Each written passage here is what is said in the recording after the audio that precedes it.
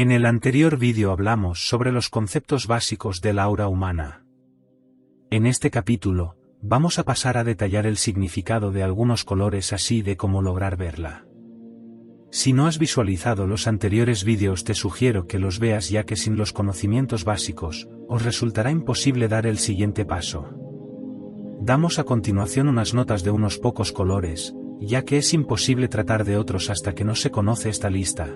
Rojo en su buena forma, el rojo indica una sana fuerza impulsora. Los buenos generales y jefes políticos de las masas tienen una gran cantidad de rojo en sus auras. Un tinte particularmente claro de rojo, con los bordes de un amarillo claro, indica una personalidad de cruzado, que se desvive por ayudar a sus semejantes. Mucho cuidado en no confundirle con el vulgar me tomen todo, cuyo rojo es, en cambio, marrón. Franjas de color rojo, emergiendo del sitio donde está un órgano, indican que éste se halla en magníficas condiciones de salud.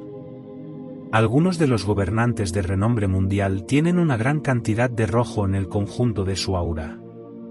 Lástima que, en demasiados casos, se halle contaminado por degradantes sombras. Un rojo de mal aspecto, fangoso o excesivamente oscuro, indica un carácter malo o vicioso. Aquella persona es informal, pendenciera, traidora, afanosa de provecho propio en detrimento de su prójimo. Un rojo opaco invariablemente indica depresión nerviosa. Una persona dotada de un rojo malo puede ser físicamente robusta. Por desgracia, también puede ser fuerte para el mal. Hay asesinos que tienen un rojo degradado en sus auras. Como más ligero sea el rojo ligero, que no claro, la persona será más nerviosa e inestable. Una persona es muy activa, incluso con exceso, y no puede permanecer quieta más que unos escasos segundos. Seguidamente, ella es muy egocéntrica. Los colores rojos alrededor de los órganos denotan su estado. Un rojo opaco, o tirando a marrón, con lentas pulsaciones sobre el sitio donde está un órgano, es señal de cáncer. Se puede ver si el cáncer está allí o si todavía es incipiente.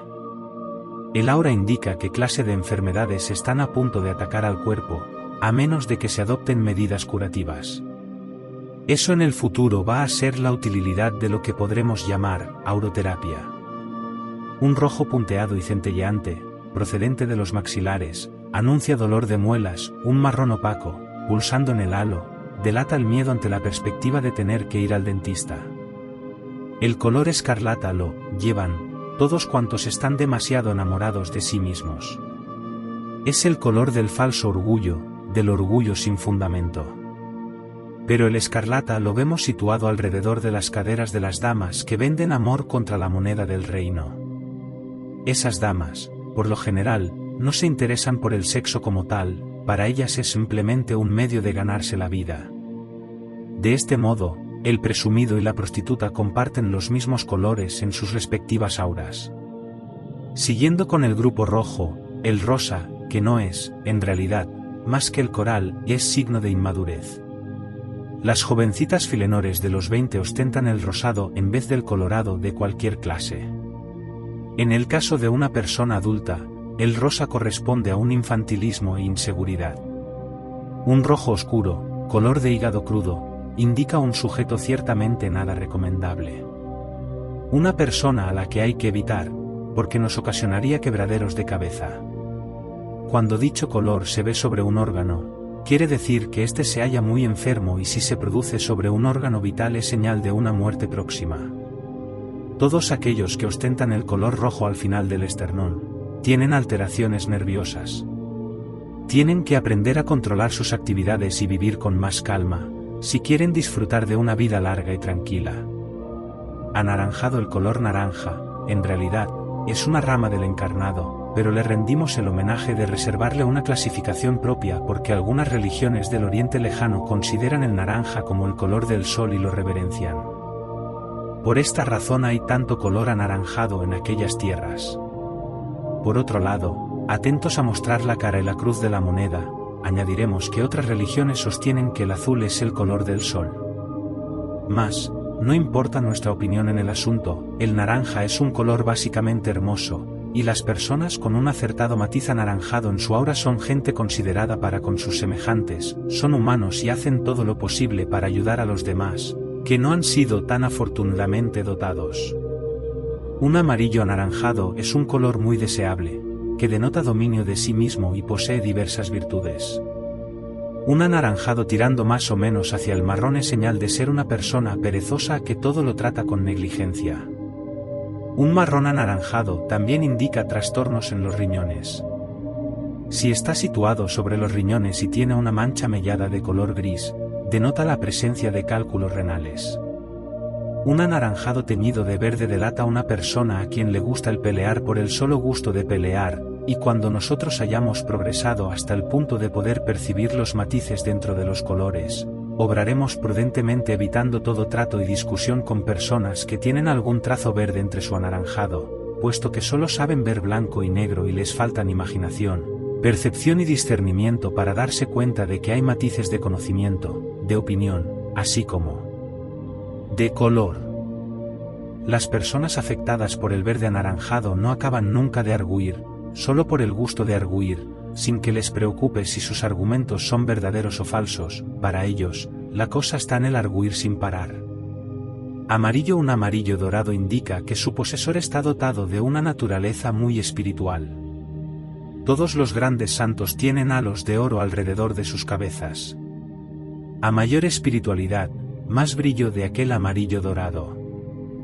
Haciendo una digresión, añadiremos que todos los que poseen una extraordinaria espiritualidad, también tienen el añil en su aura, pero ahora se habla del amarillo.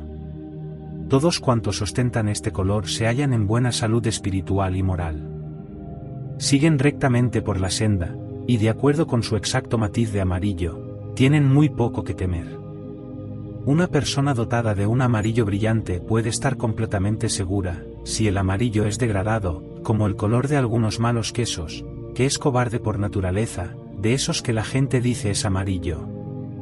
Es muy común que se vea el aura de las personas, y muchos de esos dichos populares se hallan en todas las lenguas desde tiempos atrás. Pero un amarillo feo es signo de ser una mala persona, uno que tiene miedo continuamente de todo. Un amarillo rojizo no es del todo favorable porque indica una timidez mental, moral y física. Las personas con ese color cambiarán una religión por otra, siempre en busca de algo que no se puede alcanzar en 5 minutos. Les falta voluntad de permanencia, no pueden fijarse en nada sino unos breves momentos. Una persona que tenga el amarillo rojizo y el rojo castaño en su aura, siempre corre en pos del sexo opuesto, siempre sin sacar nada. Merece ser notado que una persona pelirroja y que tiene el rojo amarillo en su aura, será muy combativa, muy agresiva y muy llevada a interpretar toda observación que se le haga como un insulto personal. Esto se refiere particularmente a los que tienen el pelo rojo y el cutis rojizo y a menudo pecoso. Muchos de esos matices amarillentos y rojizos indican que la persona que los tiene está afligida por un gran complejo de inferioridad. Cuanto más rojo haya en el amarillo, mayor será este complejo. Un amarillo tirando a castaño denota pensamientos muy impuros y un pobre desarrollo espiritual. Muchos individuos de esta calaña o catadura poseen este rojo castaño amarillo, y en el caso de ser particularmente malo, se les añade como una argamasa verde que mancha con puntos el aura. Son gente que casi nunca pueden ser salvados de su propia demencia. Todo amarillo tirando a castaño indica pensamientos impuros y que la persona afectada por este color no conserva siempre la senda recta y breve. Por lo que hace a la salud, el amarillo verdoso es signo de padecimientos del hígado. Cuando este color gravita hacia un amarillo castaño rojizo, significa que los males son principalmente de naturaleza social. Una persona quejada de una enfermedad social invariablemente tiene una zona de castaño oscuro y amarillo, también oscuro, alrededor de sus caderas. A menudo dicha zona está moteada con algo que parece polvo colorado. Con el color castaño que se va pronunciando cada vez más sobre el amarillo, y a veces mostrando franjas dentadas, nos damos cuenta de que la persona está enferma de la mente.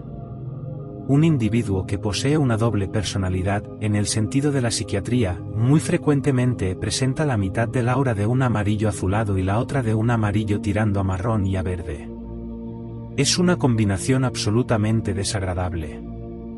El amarillo dorado puro, con el cual hemos dado principio a esta sección, debe ser siempre cultivado. Puede ser alcanzado por una continua pureza de pensamientos y de intenciones. Todos tenemos que pasar por el amarillo brillante antes no hagamos nuevos progresos por la senda de la evolución. Verde. El verde es el color de la curación, de la enseñanza y el del crecimiento físico. Muchos grandes médicos y cirujanos tienen una abundancia de verde en su aura, también de rojo, y cosa curiosa, ambos colores se mezclan armoniosamente y sin discordia entre sí. El rojo y el verde, cuando se ven el uno al lado del otro, en diversas materias, muchas veces chocan e irritan, pero, situados en el aura, gustan. Verde con una cantidad proporcionada de rojo indica un gran cirujano, un hombre muy competente. El verde, solo sin el rojo, un médico muy eminente que conoce su profesión, o una enfermera, cuya vocación es su profesión y sus amores. El verde, mixto con una dosis proporcionada de azul, anuncia éxitos en la enseñanza.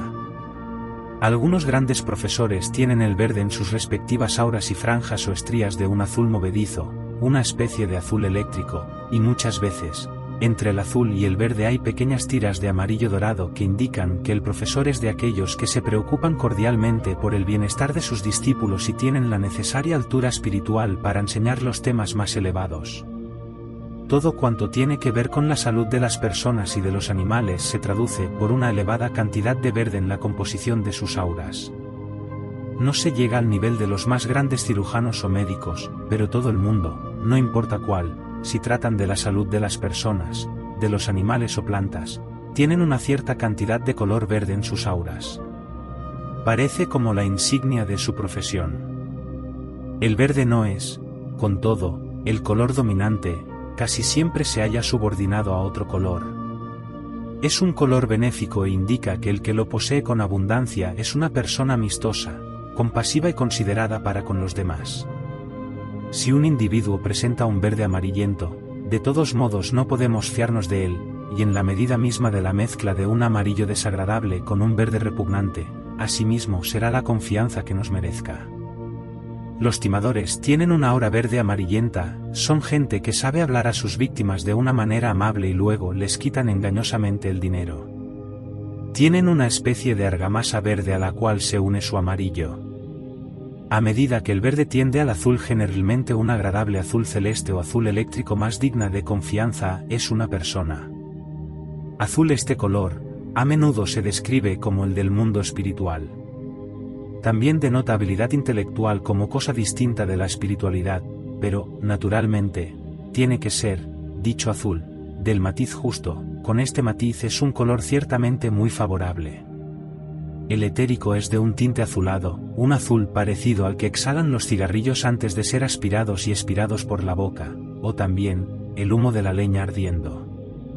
Cuanto más brillante sea el fuego, más vigorosa la salud de la persona. El azul pálido es el color de las personas que tienen que ser empujadas para que adopten cualquier decisión de provecho. Un azul más oscuro es el de una persona que está haciendo progresos, que es laboriosa. Más oscuro indica una persona hábil en las tareas de la vida y que ha encontrado ciertas satisfacciones en su trabajo.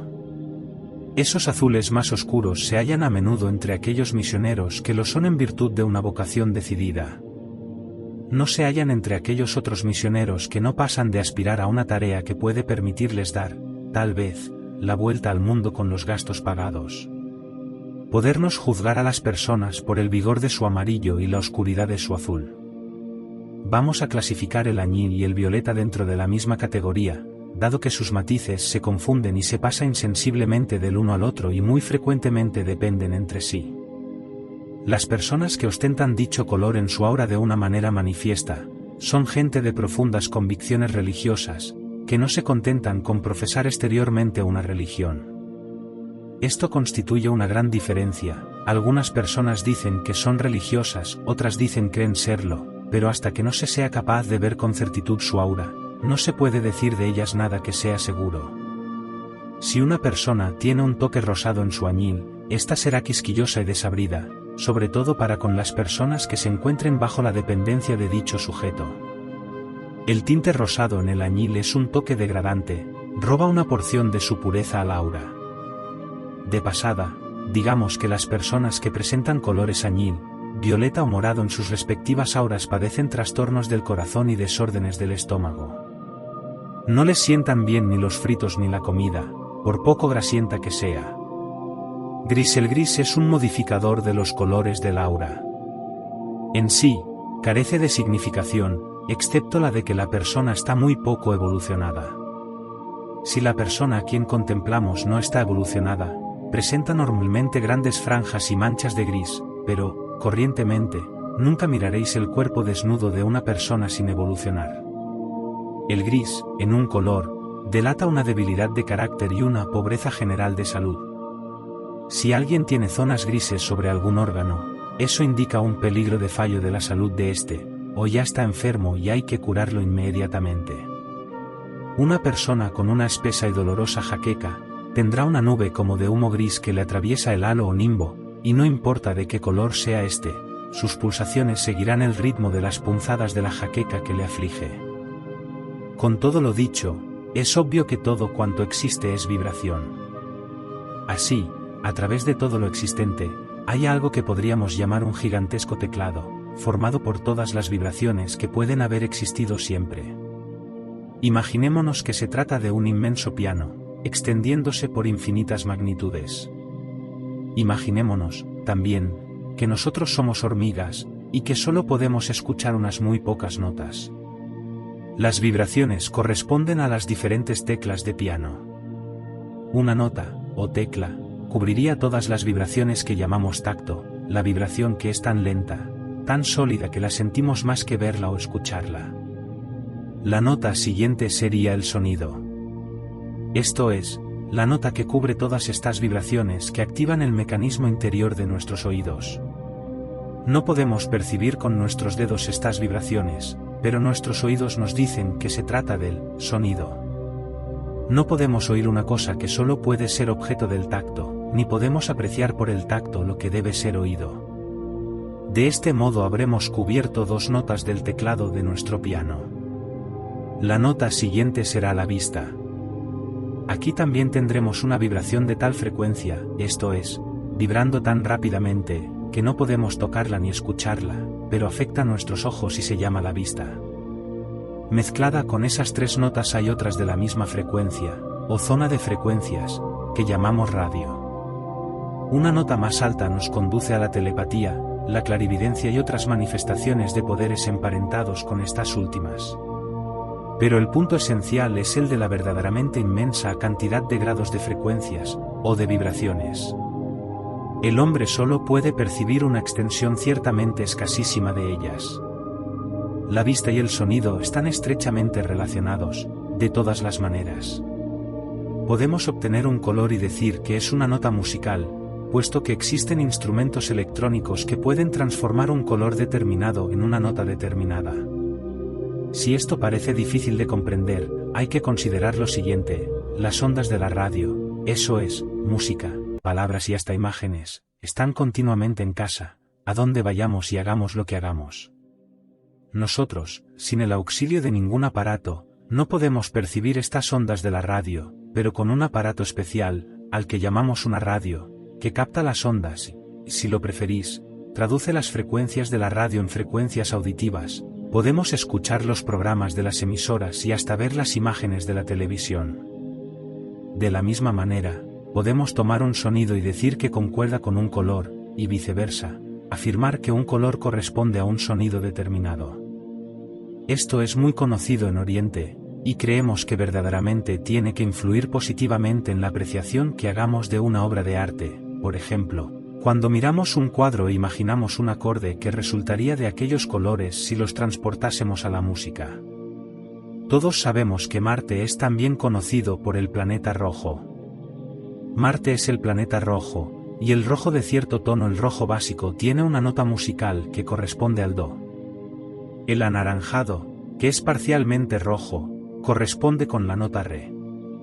Entre las creencias de algunas religiones se establece que el anaranjado es el color del sol, otras religiones dicen que el color del sol es el azul. Preferimos creer que el Sol es anaranjado. El amarillo corresponde al Mi y el planeta Mercurio es el regente del amarillo. Todo esto, naturalmente, procede de la mitología oriental, igual que los griegos tuvieron sus dioses y diosas que cruzaban el firmamento en sus canos damígeros, los pueblos del oriente tienen sus mitos y leyendas, pero investían sus planetas con diversos colores, y decían que tal y cual color era regido por tal y cual planeta. El verde tiene una nota musical correspondiente al Fa. Es un color de crecimiento, y algunos afirman que el crecimiento de las plantas puede ser estimulado con notas musicales adecuadas. Aunque no tengamos experiencia personal de este hecho particular, poseemos una información procedente de fuentes dignas de crédito. Saturno es el planeta que controla el verde. Es interesante observar que los antiguos derivaron estos colores de las sensaciones que recibían contemplando un determinado planeta entregados a la meditación. Varios de los antiguos meditaron en las cumbres más altas de la Tierra, en los altos picos de los Himalayas, por ejemplo, y cuando se está a muchos miles de metros de altura se deja mucho aire atrás, y los planetas se ven más claros y las sensaciones son más agudas. De este modo los sabios de la antigüedad establecieron las normas sobre los colores. El azul corresponde a la nota Sol. Como hemos dicho antes, en algunas creencias religiosas se contempla el azul como el color del Sol, pero como sea que seguirnos la tradición oriental, decidimos que el planeta del azul es Júpiter. El añil es la de la escala musical y en Oriente se cree regido por Venus. Venus, cuando está bien aspectada, eso es, cuando reparte beneficios a los humanos, concede habilidad artística y pureza de pensamiento. Proporciona el mejor tipo de carácter. Únicamente cuando está conectada con las personas de la más baja vibración, Venus conduce a diversos excesos. El violeta corresponde a la nota Si y es regida por la Luna. Aquí también, si nos hallarnos bajo el buen aspecto de la luna, o del color violeta, estos comunican claridad al pensamiento, espiritualidad e imaginación controlada. Pero si el aspecto es malo, entonces se producen las perturbaciones mentales que hacen a un individuo lunático. En la parte exterior del aura existe un envoltorio que encierra totalmente al cuerpo humano, su etérico y al aura mismo. Parece como si el conjunto del ser humano, con el cuerpo físico en el centro, luego el etérico y luego el aura, estuviesen metidos en un saco. Imagínese de esta forma, tenemos un huevo de gallina como todos. Dentro está la yema, que corresponde a nuestro cuerpo. Después están las claras, que corresponden al etérico y al aura. Pero en el huevo, entre la clara y la cáscara, vemos una especie de pellejo muy blando. Cuando hervimos un huevo y levantamos la cáscara, podemos pelar esta película. El conjunto del hombre es parecido. Está encerrado por la especie de pellejo que lo cubre. Este es completamente transparente, bajo el impacto de las ondulaciones y temblores del aura, ondula un poco, pero siempre tiende a recobrar su forma de huevo, como un globo siempre recobra su esfericidad por cuanto su presión interior es mayor que la externa. Podemos hacernos cargo visualmente imaginando el cuerpo, el etérico y el aura contenidos dentro de un saco muy delgado de celofán, en forma de huevo. Cuando pensamos, proyectamos desde el cerebro, a través del etérico y del aura, sobre este cutis áurico. Allí, sobre la superficie exterior de esta cubierta, se producen imágenes de nuestros pensamientos. Como en otras veces, para explicarlo, damos un ejemplo basado en la radio o la televisión. En el cuello de un tubo de televisión, lo que se conoce bajo el nombre de cañón electrónico, dispara electrones rapidísimamente sobre una pantalla fluorescente, que es la pantalla del televisor. A medida que los electrones se pintan sobre un revestimiento especial que está en la parte interior de la pantalla, este se pone fluorescente, es decir, hay allí un punto luminoso que persiste por un tiempo suficiente para que nos quede una memoria residual de aquel punto. De esta manera, el ojo contempla la totalidad de las imágenes sobre la pantalla del televisor. Paralelamente a las variaciones del transmisor, cambian las imágenes. De un modo muy parecido, los pensamientos son emitidos por el transmisor nuestro cerebro y llegan a la cubierta del aura. Allí los pensamientos se pintan y forman imágenes que pueden ser vistas por un clarividente. Pero no solo se ven nuestros pensamientos actuales, sino todos los que han existido anteriormente. Es muy fácil para un adepto mirar a una persona y ver en la cubierta del aura alguna de las cosas que dicha persona hizo durante sus 2 o 3 vidas anteriores. Esto puede parecer fantástico para los que no son iniciados, pero es perfectamente exacto. La materia no puede destruirse. Todo cuanto existe, sigue siendo. Si producirnos un sonido, la vibración de la energía que lo causa persiste para siempre. Si, por ejemplo, nos es posible viajar en un instante hasta un planeta muy lejano, podremos ver, en la suposición de que dispongamos de instrumentos adecuados, imágenes que se produjeron miles y miles de años atrás.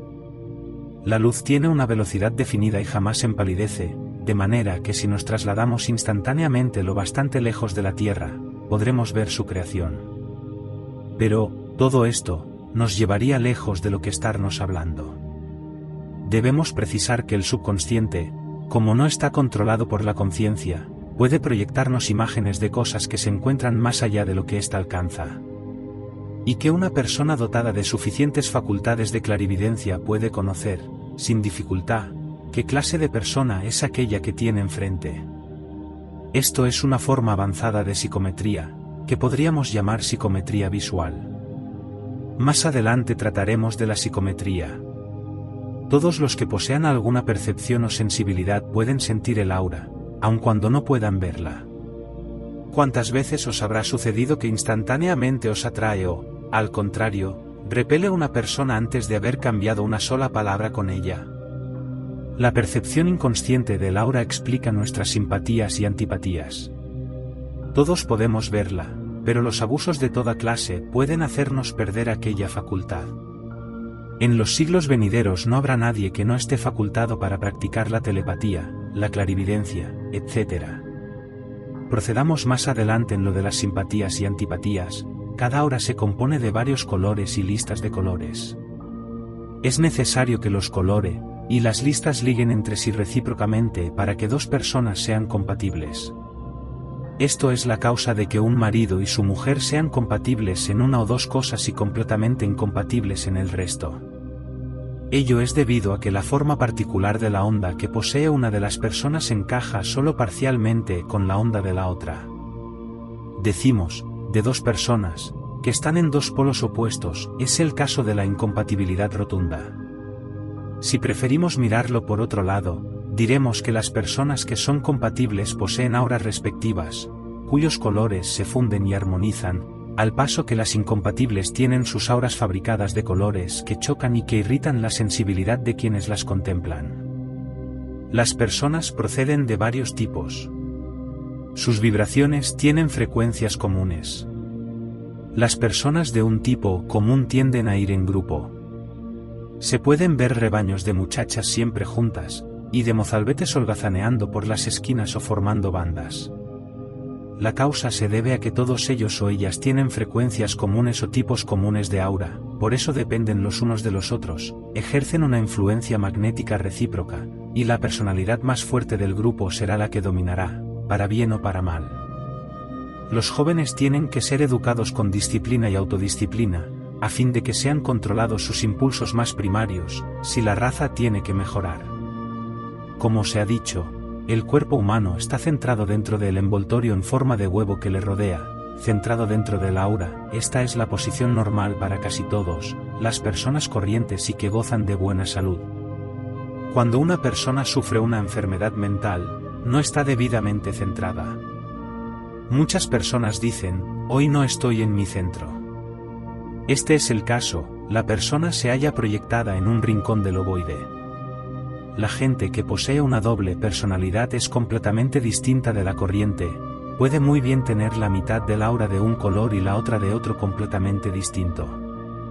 Puede, incluso, en casos de doble personalidad muy acusada, que el aura no tenga precisamente la forma de un huevo, sino de 2 huevos unidos por un extremo el uno al otro.